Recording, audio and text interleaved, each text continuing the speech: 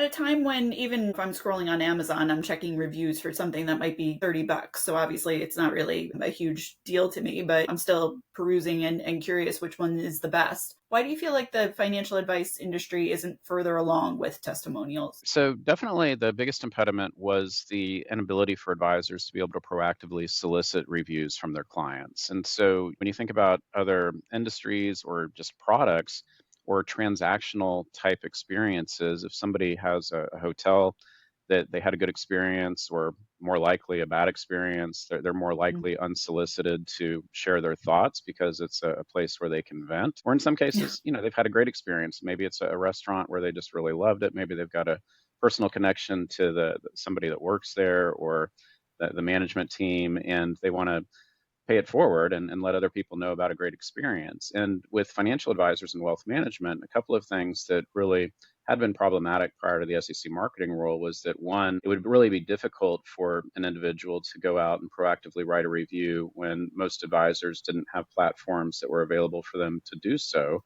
And then Mm. two, without actually asking or inviting your clients to write a review, it's just a fact of life that people aren't necessarily going to take that opportunity to say, oh, you know what, today I want to go write a review about my advisor. But when you invite them to write a review, we see that people love their advisors. They're happy to write the review. And that's what I think is really important is not only are people excited to write that review when invited to do so, but we definitely always see that they've got a story to tell as well. So there's something that has really resonated in their lives thanks to the advisor and the work that they've done. And getting to see those short stories, which each review really represents, has really just been heartwarming. And I think as we go forward, if we just think about branding for the industry or the profession as a whole, unfortunately, prior to the marketing rule, what people really heard about advisors, if they weren't directly working with an advisor, is just what makes the nightly news. And that's the stories like Mm. Bernie Madoff and all the bad actors. But the reality is that millions of Americans have incredible relationships with their advisors. And so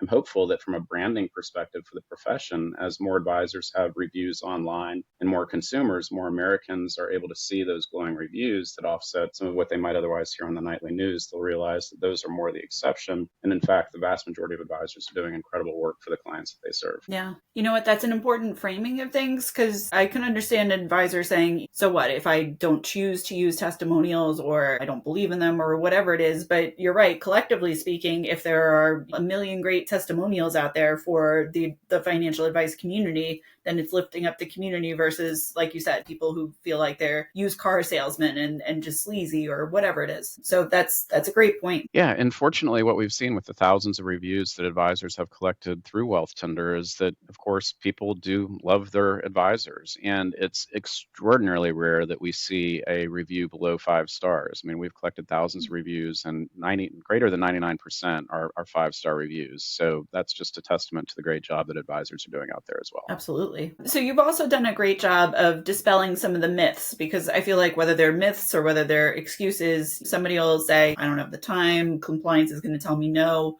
whatever it is. What do you feel like are among the biggest impediments? And how would you say, yes, that might be a challenge, but that doesn't mean that you shouldn't do this? So at the outset, compliance was definitely the biggest impediment, fear of the unknown, fear of what could be forthcoming from the SEC in terms of exams or sweeps, and really penalizing perhaps those that did move first and did move in a manner that would be in violation of the rule.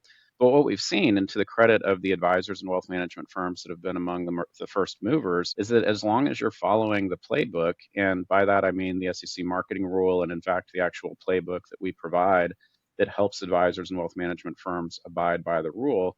To the SEC's credit, it's really not that hard to comply and have a very thoughtful and effective testimonial marketing program in place. And so now we're not necessarily seeing so much of the excuse or the impediment around compliance because I think most advisors and wealth management firms now understand yes, there are compliant tools like Wealthtender and ways that we can compliantly implement this type of a strategy. Now, I would say what we're seeing a little bit more is just inertia, people not yet ready to get started. They're thinking about it, and then a little bit of imposter syndrome as well, meaning that advisors still have that fear. Well, what if my clients don't like me? What if I get a negative review? And that's really where we've worked to educate them now, not only based on what we believe, but now what we've seen, which is again that when you do invite your clients to write a review, people have glowing things to say. And I do think now a number of advisors and wealth management firms are seeing their peers, whether it's an advisor down the street or maybe a competing wealth management firm, that did choose to get started. They are collecting reviews. Their clients love them. And that's forcing the advisors and wealth management firms that haven't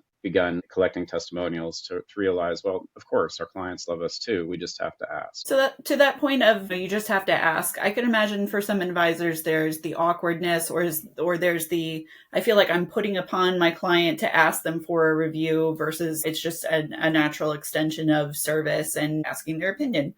How would you help them to reshape that and to find a natural way to ask their clients for a review? Sure, great question. We have a template that we really recommend starting with. It's fairly short and sweet, but very tactful and less about asking the clients to write a review about you for the benefit of you, the advisor or the firm, but really to put themselves in the shoes of where they were as a prospect when they were evaluating financial advisors and how essentially by writing a review, they can really pay it forward. So as a wealth management firm inviting your clients to write a review, it's more about, of course, letting them know this is completely optional, but if you do have the time to share your feedback, it can help other people like you decide if we may be a good fit to work together. So that's really how we suggest reframing it a little bit, which of course everybody knows this is a great opportunity to also help out the advisor. And in many instances, the clients of advisors and wealth management firms are just as excited to share their feedback. They're obviously already paying for the financial services that they receive, but they do feel a more emotional connection. In some cases, these relationships have been a couple of decades in the making. And so it's not very transactional like some other businesses or professions. These are really long ingrained relationships that have grown in many instances over a number of years. And a very comfortable opportunity for those clients to share their feedback and happy to do so. Mm-hmm.